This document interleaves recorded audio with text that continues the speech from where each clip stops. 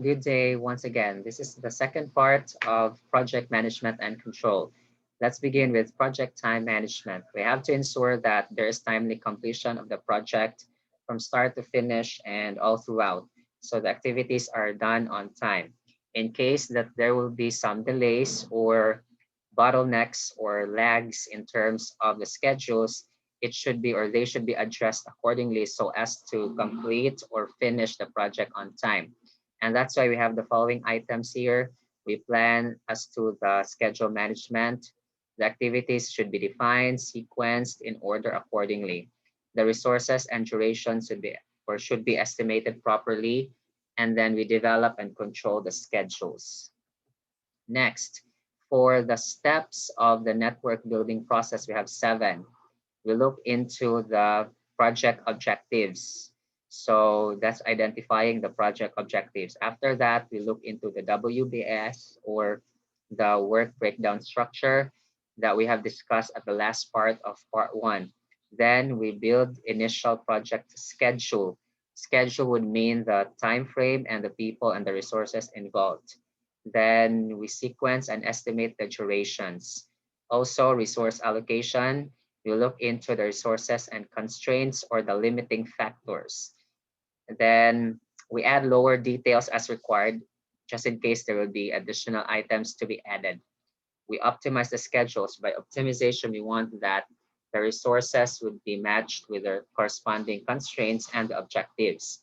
We revise accordingly if the plan is not okay, but if yes, so we base and then line is the decided. All right, so meaning to say we are on time. Next, we schedule once finalized. This is set as our baseline or our guideline. Then progress of work are tracked against the baseline. Also, current progress is arrived from various departments. We have trackers developed for the purpose. These schedules are called current schedules. So as depending on the time frame or the departments involved, just like for example, for our case in management consultancy, so the different teams perhaps involved or the staffs involved, then analysis and forecasting is done in progress reports for the specific progresses that we've encountered all throughout the phases. We have here certain softwares used for scheduling or project time management, but these are more on engineering aspect. But in terms of project management, we can be very simple, but looking into the engineering inputs or learning points, that's very good because they are very critical in terms of time frame. Next, for cost management, we have to make sure that our cost requirements are followed. So we have the processes in estimating, budgeting, and controlling costs. And these are items that we all know of in the business field. So estimate cost, make the budget, convert such cost into schedule loading. We have EV analysis for earned value, then estimated at completion or EAC. We administer changes accordingly and control the cost. For quality management, we have to ensure that quality is maintained all throughout the project so that the project will satisfy the needs of our clients. We plan quality and we perform quality assurance and control. Quality is conformance to specifications or adherence to such, and if ever our product or end output is fit for usage for our clients' needs. Then for quality management, we look into the quality techniques. So here are some examples. Also for quality assurance techniques and quality control techniques. For these items, perhaps you already had the ideas from your other subjects like cost benefit analysis, such that the benefits must exceed the cost. Then cost of maintaining the quality, there are expenses related to that. We look into the standards, then we design or experiment for further improvement, then the 7 quality tools, and we do statistics. For quality assurance, we have the management and control tools, quality audits, and process analysis. For the techniques, these are numbers. So statistics, inspection, this is another thing though. And then the quality tools and techniques, here for the 7, we have the cause and effect diagram. So we determine what is the root cause of a certain impact. Flow charts is, of course, with the symbols, with meanings. Check sheets, so it's like checklists that we have. Pareto diagrams would be, for example, the 20 to 80% rule. That's a curve or that's a graph. Histogram will be the changes with respect to time in the form of graphs. So it's like bar graphs. Control charts would be also the like tables, and scatter diagrams would be, let's say, points which are being placed on the quadrant, and then we get the lines thereof. Human resource management is managing people in the organization, staff, personnel who will be part of the team, who will be working from start to finish so that the deliverables would be provided to our clients. Then the team or people would make most effective use in the project, of course. So role and responsibility of people, the chart, the management plan, and then we acquire, develop, and manage our team, thereby making the organizational chart. So this is the project HR management. This is a good graph or picture or pictogram. We develop the plan for human resources. We acquire our project team.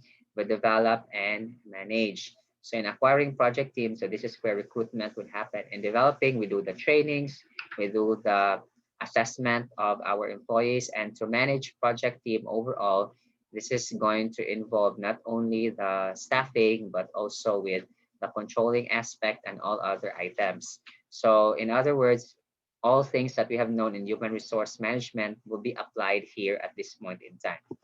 Next, for communications management, we ensure that there is timely and appropriate generation, collection, distribution, storage, retrieval, and ultimate disposal of project information. So we have to know who are the stakeholders. Then we plan and distribute the communication and information respectively. We have to manage, though, the stakeholders' expectations, because it's possible that their expectations could be very high or higher than what we are actually doing. And then we report performance to the management or to the stakeholders or representatives. Then the stakeholders could be anybody, whether external or internal, who have direct bearing, or for some cases, though, if indirect, but still closely connected to the project. So we have the customers or users who are belonging to the external, and then sellers or business partners. For the project, we have the sponsor or the management, portfolio managers. Portfolio will be group of projects. For managers of the program, then the office for project, the project managers, the team, the functional managers, and the operations management, who are part of the operations of the business. Then in terms of communication, so it begins with the charter. And then we have here the project and the procurement documents. For the project charter, well, that should be aligned with the overall company goals and objectives. For the management strategy for project communications, we have already mentioned these items. Then a sideline or tangent highlights for planning our procurements or acquisitions. For enterprise or organizational level, for the factors and OPAs. Then we also have to collect our requirements, we plan quality, and identify the risks. For risk management, we have to identify, analyze, and respond to project risks. So here are some items that we have mentioned actually, but then this would be part of risk management. For those who have actually witnessed and watched the video about risk management, it's here, or it's actually there also. Plan risk management, we have to balance the risk. We have to reduce such to the lowest level possible. But to do that, we have to identify the risks first, and then we perform the risk analysis, both qualitative and quantitative, not just in words, but also in numbers. Moving on, we have the risk responses, and then how do we monitor and control the risks. So in the risk register or overall, so for the risk or the risk register, We have here the items assessment, control, ranking, and mitigation. After that, we have the procurement management. So this is the set of procedures and steps to ensure that we acquire materials, goods, and services outside performing organization to meet project scope. So acquiring these from the outside or of the outside. So we plan properly our procurements, conduct procurement, let's say policy review, then administer contracts and close the procurement issues. After that, we also include with our analysis the change management since change is eminent in business world. So it is always a must to look into the changes or probable changes even if they did not happen yet. So projects generally don't go 100% as planned. That's correct, resulting into variations from plans in scope, time, cost, and quality. Then also, if we have the control boards, then change also should be part. So that's why you have the CCDs. For document management, this is very important but largely ignored in terms of keeping the notes and documents for project management. We can do a sophisticated software document keeping or management, or we can simply make use of Excel sheets depending on the organization's strategy. And then once adapted to its use, it should be fully exploited. So 100% documents should pass through it, and document reviews should be done as per the matrix defined. In other words, we should not keep documents which are not reviewed properly or checked or evaluated accordingly. Then management information systems or MIS of document status be generated at the end of a certain period. Also, proper document management systems ensures that right information will be provided to all stakeholders at all times. Another tip, we avoid using obsolete drawings and designs for execution. So any obsolete items should be removed. This serves a very good engine for future use. Example of a simple DMS would be the usage of document control log, wherein it's like a logbook and we just have to keep the information, although this is in a computerized environment. Next, for S curve, for the monthly report, this is in terms of progress though. So MPS is monthly progress report, and then progress reporting is done through different formats and curves. So we have here the bar graphs from start to finish. What is the S curve though? That is the graphical or graphic display of cumulative progress plotted against time. And if we go back, that's why we have increasing graphs because this is cumulative. So in other words, we add the previous ones or the time perhaps or the progress of the previous ones will be added to the current ones. Therefore, that's added. For the ideal S curve is a sinusoidal curve based on the following formula. So this is like mathematical. Anyway, we can see here the S nature, just like for the blue curve and the green curve with the dotted figures. And then this is another way of showing the progress. We have the distribution curve from starting period to peak.